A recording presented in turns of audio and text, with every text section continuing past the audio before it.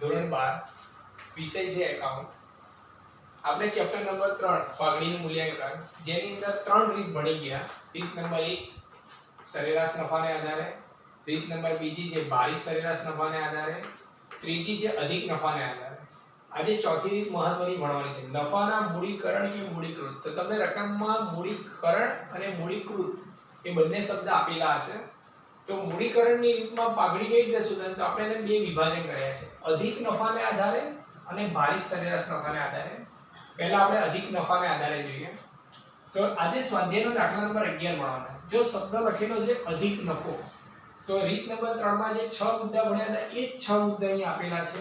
રોકાયેલી મૂડી, અપેક્ષિત વળતરનો દર, અપેક્ષિત નફો, સરેરાશ નફો, અધિક નફો અને પાઘડી.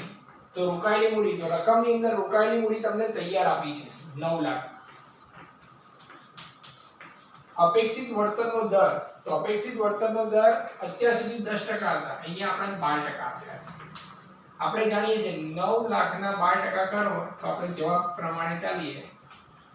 9 લાખ ગુણ્યા 12% એટલે 12 નવા 108 થાય, એટલે જવાબ 1,08,000 આવે. હવે રકમમાં આપણને નફો આપ્યો છે, તો નફો કેવી રીતે ઓળખીશું? તો જો નફામાં વગર થતો હોય તો સરેરાશ નફો, તો 1,40,000 વધે છે, પાછા ઘટે છે, પાછા વધે છે, પાછા ઘટે છે. તો 5 વર્ષ આપ્યા છે, 5 વર્ષનો સરવાળો કરવાનો. સરવાળો ટોટલ થશે 7 લાખ. તો આપણું સૂત્ર પ્રમાણે ચાલીએ, કુલ નફો કે શબ્દ છે અને કુલ વર્ષ. તો 7 લાખને તમારે 5 વડે ભાગવાના, તો આપણો જવાબ આવશે 1,40,000. તો આપણે આગળની રીતમાં ભણેલા છે. હવે આપણે અહીંયા પાંચમું સ્ટેપ શું છે? 1,40,000 માંથી 1,08,000 બાદ કરવાના, એટલે આપણાને અધિક નફો પ્રાપ્ત થાય. 1,40,000 માઈનસ 1,08,000 એટલે આપણા અધિક નફાનો જવાબ આવ્યો 32,000. હવે સ્ટેપ નંબર 6 બદલાઈ ગયું. પાઘડી એવી રીતે શોધવાની, તો 32,000 ને આપણા અપેક્ષિત વળતરના દર વડે ભાગવાના, એટલે 12 વડે. જો એ 12% મૂકો તો 100 નહીં મૂકવાના, આપણે ખાલી અહીંયા 12 જ મૂકીએ છીએ. એટલે 32,000 ભાગ્યા 12% કરો એટલે આપણો જવાબ આવશે 2,66,667. આ રીતે આપણી પાઘડીનો જવાબ આવશે. જે જવાબ આવે એ ધ્યાન રાખવાનું જેથી ભૂલ ના પડે. ત્યાર પછી આપણો નવો મુદ્દો છે ભારિત સરેરાશ નફાને મૂડીકરણ. આ છે પણ અહીંયા અધિક નફો શબ્દ હતો, અહીંયા ભારિત સરેરાશ છે. ભારિત સરેરાશની પાછળ મૂડીકરણ કે મૂડીકૃત શબ્દ લખેલો હોવો જોઈએ. હવે આપણે સ્વાધ્યાયનો 10મા નંબરનો દાખલો જોઈશું. હવે અહીંયા સ્ટેપ 5 થઈ ગયા, અહીંયા સ્ટેપ 6 આપ્યા હતા. અહીંયા કયો સ્ટેપ કપાઈ જશે જોઈએ. રોકાયેલી મૂડી સૂત્ર એનું એ છે કુલ મિલકત માઈનસ કુલ દેવા. તો આપણને મિલકતો આપી છે 6 લાખ અને દેવા આપ્યા છે આપણને 1,70,000. તો 6 લાખમાંથી 1,70,000 જાય તો આપણે જાણીએ છીએ, આપણે કેલ્ક્યુલેટરનો ઉપયોગ કરીએ એટલે આપણો જવાબ આવશે 4,30,000. અપેક્ષિત વળતરનો દર, રકમમાં આપણને અપેક્ષિત વળતરનો દર આપ્યો છે 10%. હવે અત્યાર સુધી આપણે શું કરતા હતા? 4,30,000 ના 10% શોધીને અપેક્ષિત નફો શોધતા હતા. પણ એ ત્રીજા નંબરનું સ્ટેપ અહીંયા નીકળી જાય છે કે અહીંયા 6 સ્ટેપ હતા, અહીંયા 5 થયા, એટલે અપેક્ષિત નફો શોધવાનો નથી. તો ડાયરેક્ટ હવે ભારિત નફો. તો જો વર્ષ આપેલા છે 12 થી લઈને 17 ને આપણે ભારિત સરેરાશનો મુદ્દો છે સતત નફો વધતો જાય કે ઘટતો જાય. તો જો અહીંયા નફો વધે છે.